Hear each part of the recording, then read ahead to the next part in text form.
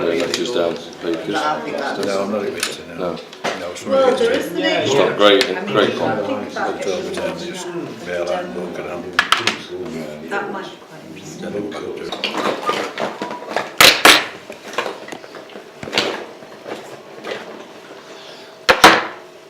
Yeah, Gene, thanks for keeping that cable for me, but all this time, eh? sorry about that. I've got a tripod that somebody gave to me and said it was the Yeah, services. well, you want me to I tell would you say- what we're going to be using? Are you making it or me? Yeah, well, I'm gonna, if you tell them, you know, what's what, and then I'll, Yeah, you want to make one up for them, yeah? Yeah. Right, no problem. We're all doing it again then. I couldn't yeah. Right, basically what we've got, if you go into any tackle shop, you'll see a vast array of floats, pole floats. There's all different shapes and sizes. Basically the three patterns that I'd use are like that. Short dibber float, which can be used up to depths of about 4 foot, down the edge mainly, or you can use it to suspend a big bait like luncheon meat. It'll take the full weight of it up in the water without pulling the float under. Very slim line body with a very sensitive bristle, so that'd be used for like fishing on the drop. So as the bait's falling through the water, fish will intercept it and that'll register every bite on that nice thin bristle, and you'd use baits like maggot and caster with that one. And then you've got your rugby shaped body with a thicker bristle, so that'll take pellets, sweet corn, as well as maggots and things like that. But because you've got a bigger body, any tow on the water, that's going to counteract that and keep the float sitting nice and still. So you can see as the bristles go thicker, you can use bigger baits and things like that. The length of the float, obviously if you're in deeper water, what you get on most floats is kind of 0.5 of a gram. For every 0.1 of a gram is for every foot of water that you fish in, so that'll go up to like 5 foot of water. Obviously you wouldn't want to fish that in kind of 18 inches of water because the bristles there. But all the bristles are made of carbon. You can have wire bristles, there's plastic as well. Plastic tend to be on the dibber floats or for up in the water. Carbon keeps the float very stable in windy conditions, as wire does as well, but wire you tend to get a few more tangles. So basically I'd use the carbon one. This is iTech monofilament. What you get on every spool of line, it'll tell you the poundage, which is 4 pounds, that's a break-in strain, what it's tested to.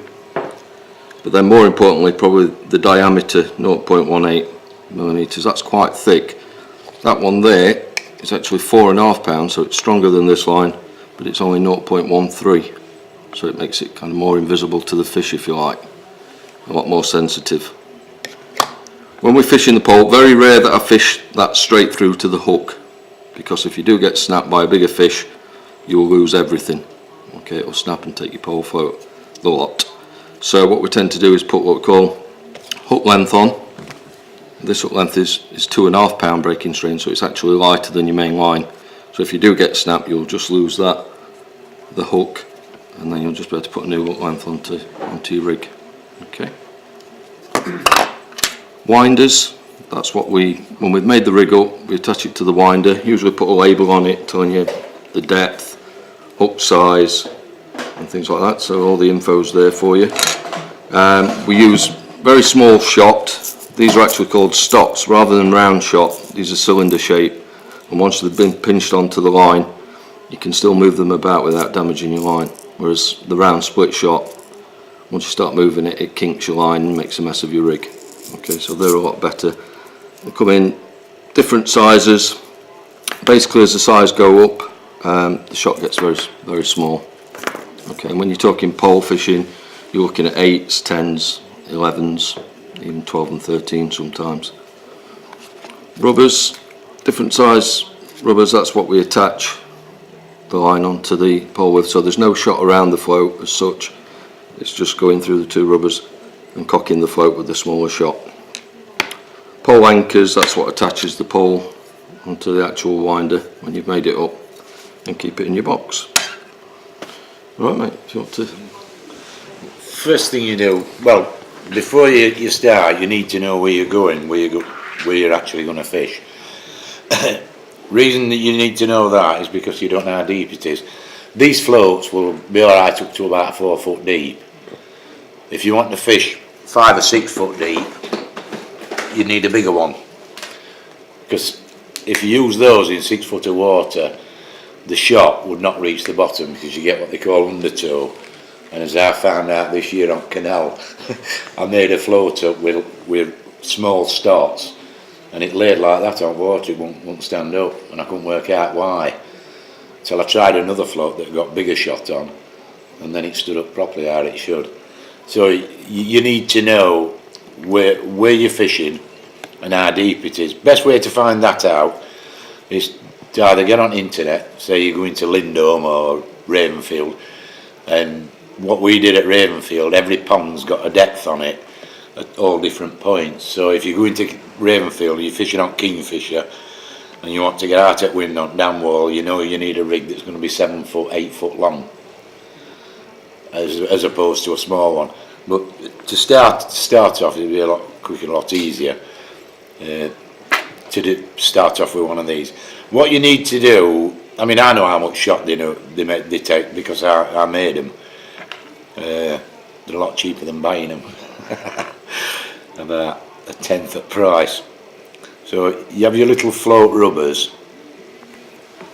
and on top of, and when we put those in, we don't just push them straight in, we bend them and push them down, so that when you actually pull, it won't split balsa, so they come out. So hook don't come out. I've got an end on this somewhere.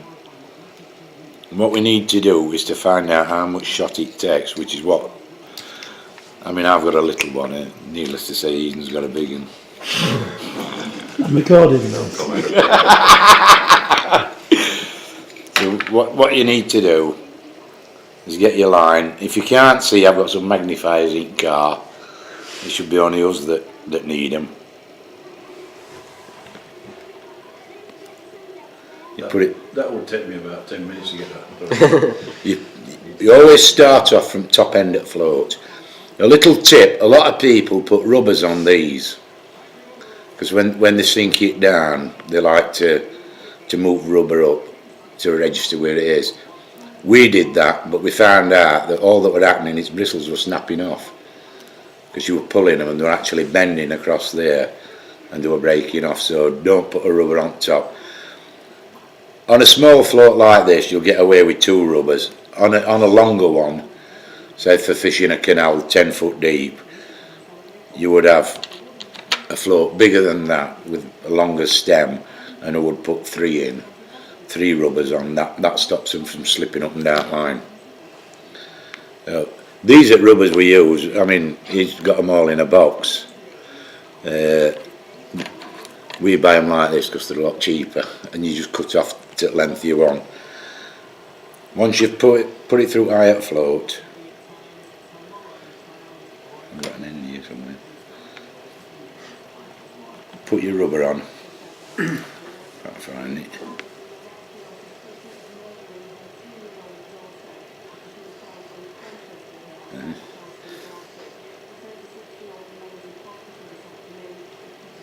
Slide it on. And if when you've put it on, if you pull the line through and you feel as though it's not gripping properly, put an extra one on. Because one thing you don't want to be doing is to continually re-plumbing because your float's slipped.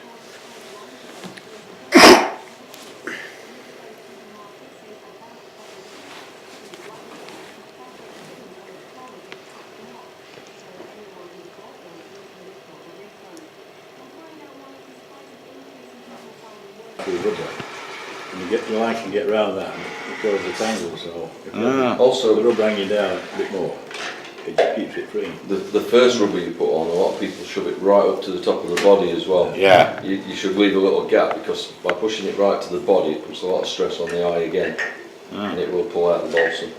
And it also makes it a groove in the... Well, this is what we said before. I've learned as much from teaching than I'm actually doing it. Now, because it's a light float, we're only fishing shallow with it. We want to get the bait to drop as naturally as possible. So we don't want to be using any shot bigger than number 10s. We've got a number 11, and that's for what they call a dropper shot, the last shot, which will probably take it down from there to there.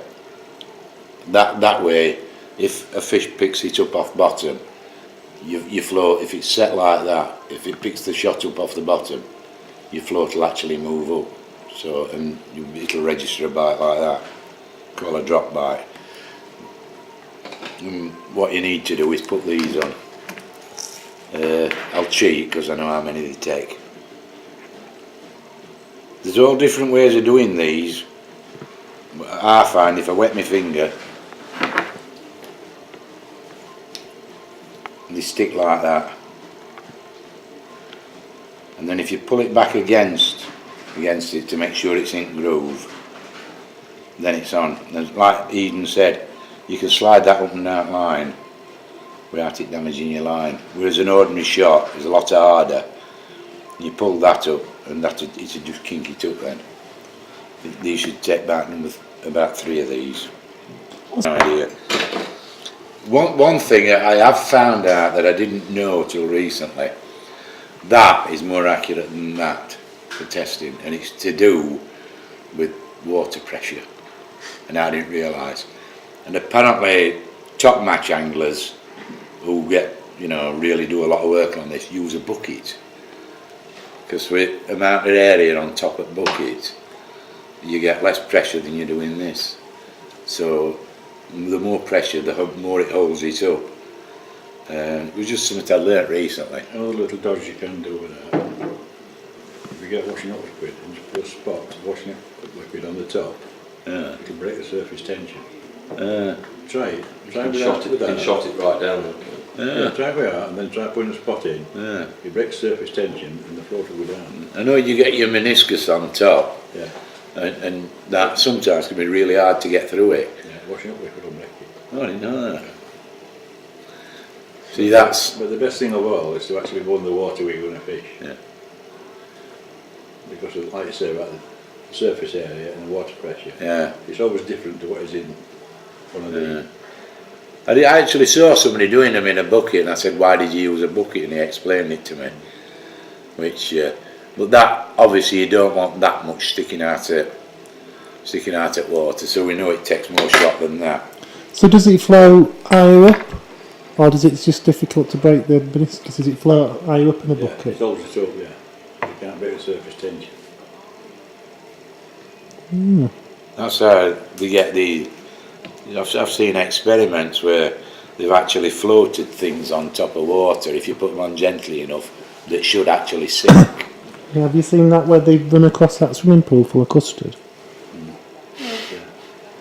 Well, on Baker's Pond, believe it or not, with the factory being where it is, the recycling place, we've got a film of aluminium floats on there. Right, really? And we tell people there's metal floats on the water, but no, it can't, metal sinks. Can you see it there now? Like a sort of shimmer. That's got 3 number 10s on it, so different. It's funny because when you're making floats, something I didn't realise till a couple of years ago, that you never get 2 pieces of you never get 2 pieces of balsa that's same, and you can make a float and it can take, say, 4 number 10s, and you'll make the same float again from a different piece of balsa and it'll take 5. And what I found out is colour at balsa. The darker it is the less shot it needs. The lighter it is, the more shot it needs. And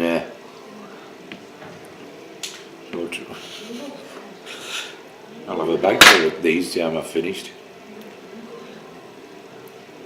But they're a lot easier, particularly as you get older, to use than shot. I'll drop enough of these without. If they're round number 10s. Yeah, shed floor for them, They're not lead anymore, are they? They're kind of like... No. Now, we're down now to above the body of the float, which you want underwater. What you're looking for is this bit is where your sensitivity comes. If you shotted your float up to there, imagine that's got to break surface. Obviously, if you're not ideal conditions, you probably take that number 11 off. Any bike at all. Just so, it's because there's a ripple on water, you won't be able to see that because it's be underwater most of the time. So you take your bottom one off, move your last one further down, as Eden says, and then you get that drop. You can still get a slow drop in last foot or so. All you got to do is move your last shot away from your hook. But if you do that, you know, if you do that, you've got to move them all. Now, we imagine this is 4 foot long, and if you space them out like that, so they're all equally. I mean, I like to say that I've just bought a new cooker, so it don't work. I knew exactly what measurements were on my cooker. So if I wanted to space my shot out, I put it on end at cooker, and I put it to end at first burner, because that's where I do all my working kitchen, and I know that's a foot.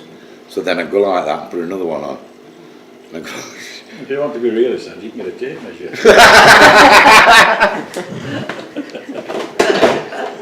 I once saw a bloke on the canal doing that, and I watched him for about 10 minutes, and he got the tape measure and he kept putting these shots on, and he moved them, you know.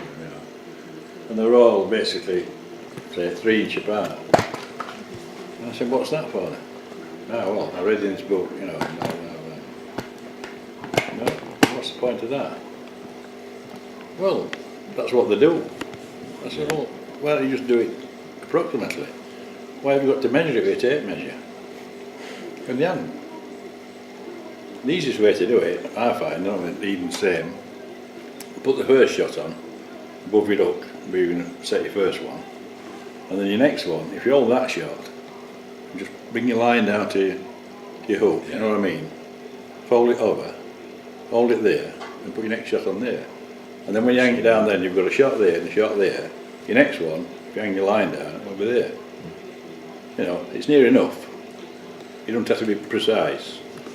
The beauty about the stops at Terrace Pond as well is during the day's fishing you probably move them about 10 a dozen times during the day, depending on where the fish are. If you're getting bites early as it drops through the water, but you've got a bulk shot on to take it down very quickly, you're missing all that chance of the fish there, aren't you, that are biting. So you'd space them out, at bigger gaps, just so it slows. depending on what you do with your shots, we imagine there's a foot in between them. They'll all go down like that, go down in a straight line, and you're still in a tight line to your float, so if you get a bite, your float will still go under. Now, if it's going down slowly, like you've been trying to achieve, and you're not getting a bite, but you're getting a bite when it's been in water for say a minute, then all you've got to do is bunch your shots further down line, then it will just go, well, a bit further down, then it'll go down quicker. In actual fact, if you put them tight together, it goes down a lot quicker. It'll go down quick, and then, because you've got your small dropper shot, that will go down really quick, and it'll get down to where fish are, and then with your small dropper shot, it'll just sink naturally through water. You know, there's a thing here, I've had it for years, and I cut it out of a magazine, and it basically explains everything, all about how things, how different shotting patterns react. And it's a brilliant, I could photostat some, I never thought about doing it, but and it tells you what baits and what fish each method's suitable for, and how to shot. There's so many different methods. If you were bream fishing and you knew there were a lot of bream in, you'd probably put most of your shot down near your hook, because bream tend to feed like that. They don't just swim along, they tend to pick things up like this. So what you do, you get a lot of lift bites. So the more weight you've got together registers on you, as soon as they lift it up, it registers on your float a lot quicker than it does if they just pick one shot up.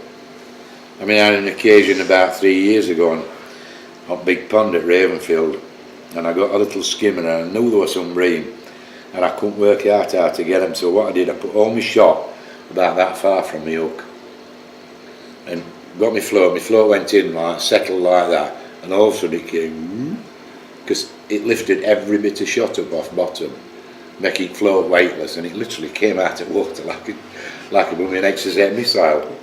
It's just something, you know, call it lift method.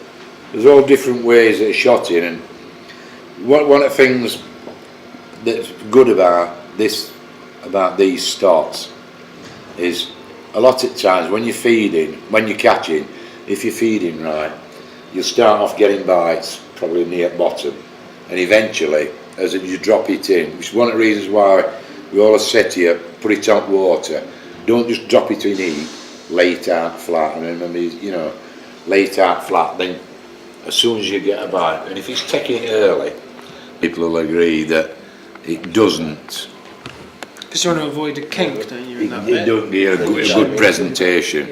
So what we tend to use is a water knot, which it's one of the best knots you could ever wish to learn. You basically put both lines together like that, leave a good bit overlapping, and then wet it. Twist it round so you form a loop, and then you don't stick them in your finger like that. You put your hook through. I'm sure there's an easier way of doing this, but this is where I was taught. I'll just do it a couple of times just for.